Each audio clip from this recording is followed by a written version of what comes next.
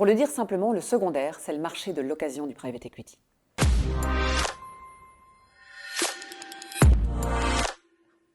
Parmi les questions de nos investisseurs, il y en a deux qui reviennent souvent. Qu'est-ce que le marché du secondaire en private equity et à quoi sert-il vraiment? Pour le dire simplement, le secondaire, c'est le marché de l'occasion du private equity. À l'origine, un investisseur institutionnel s'engage dans un fonds de private equity pour une durée longue, souvent autour de 10 ans, mais il peut arriver qu'avant l'échéance, il ait besoin de liquidités ou qu'il souhaite réorganiser son portefeuille. Dans ce cas, il peut céder sa position à un autre investisseur sur ce qu'on appelle le marché secondaire. Bien, il y a trois grandes raisons. La première grande raison est la stratégie d'allocation. Un institutionnel se fixe en général une cible d'exposition au private equity. Or, cette cible peut être dépassée soit parce que les marchés cotés ont baissé fortement, c'est ce qu'on appelle l'effet dénominateur, soit parce que le portefeuille de private equity a très bien performé, c'est l'effet numérateur. Dans les deux cas, la part du non coté devient trop importante dans l'ensemble du patrimoine et l'investisseur peut être conduit à vendre. La deuxième raison est un besoin de liquidité. Certains institutionnels comptent sur les distributions de leurs fonds pour financer leurs engagements futurs. Si ces distributions ralentissent ou si le marché se bloque temporairement, ils peuvent être amenés à céder une partie de leur position pour retrouver de la souplesse. Et la troisième raison, c'est un changement de stratégie.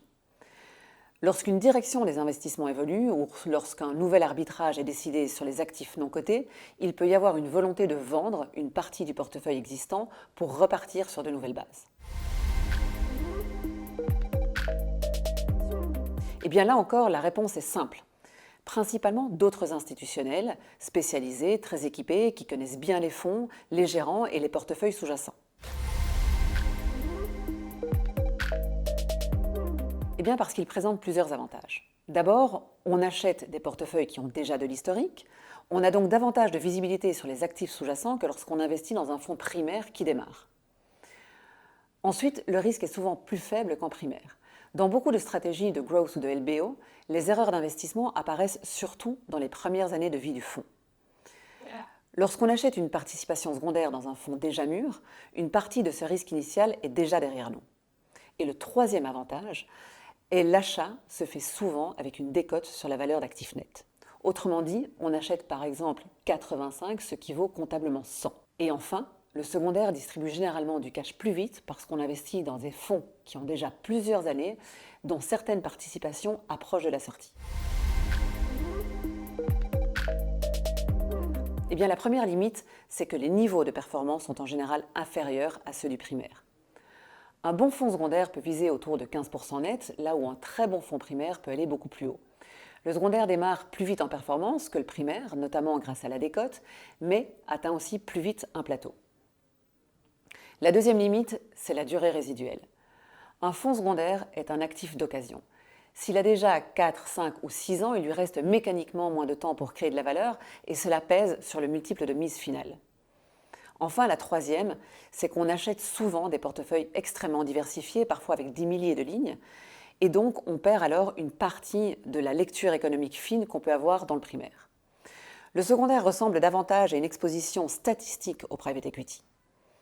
La dernière limite, ces fonds sont souvent difficiles à piloter parce qu'ils ne tirent pas la totalité du capital engagé.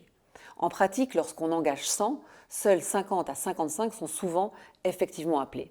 Cela complique le pilotage de l'exposition, y compris pour des investisseurs sophistiqués. Donc au fond, le secondaire n'est ni mieux ni moins bien que le primaire, ce sont simplement deux usages très différents du private equity. On peut les distinguer selon plusieurs critères. L'âge des portefeuilles achetés, le recours ou non au levier, la taille du fonds et surtout le type de transaction. Sur ce dernier point, il existe deux grands segments. Le premier, c'est le LP-led, c'est le cas classique. Un investisseur revend sa position dans un ou plusieurs fonds à un autre investisseur. Le second, plus récent et en forte croissance, c'est le GP-led. Ici, c'est le gérant lui-même qui organise l'opération, souvent autour d'un petit nombre d'actifs qu'il a déjà en portefeuille, mais souhaite conserver plus longtemps. Cela donne naissance à ce que l'on appelle les fonds de continuation. Le GP-led est intéressant parce qu'il se rapproche davantage du primaire, le portefeuille est plus concentré, la diligence doit être plus fine et le potentiel de rendement est souvent supérieur à celui du LP-led.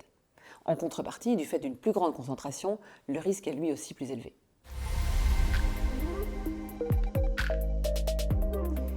Il y a 20 ans, le secondaire institutionnel était encore marginal. Aujourd'hui, c'est un marché qui représente environ 200 milliards de dollars par an. Rapporté à l'univers du private equity primaire, cela reste encore une petite part du stock total sous gestion, mais cette part progresse régulièrement pour deux raisons.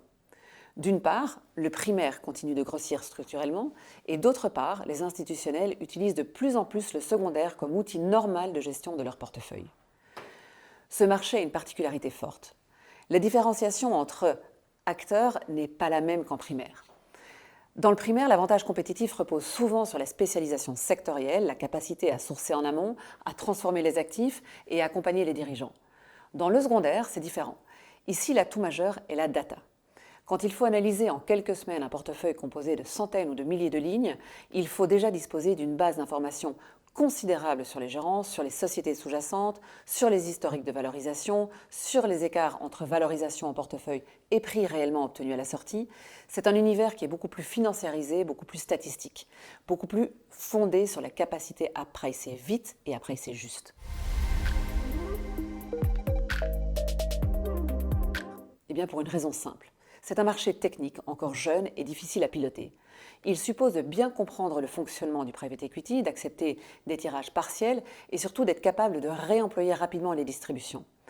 Ce n'est pas un produit naturellement simple pour l'investisseur privé.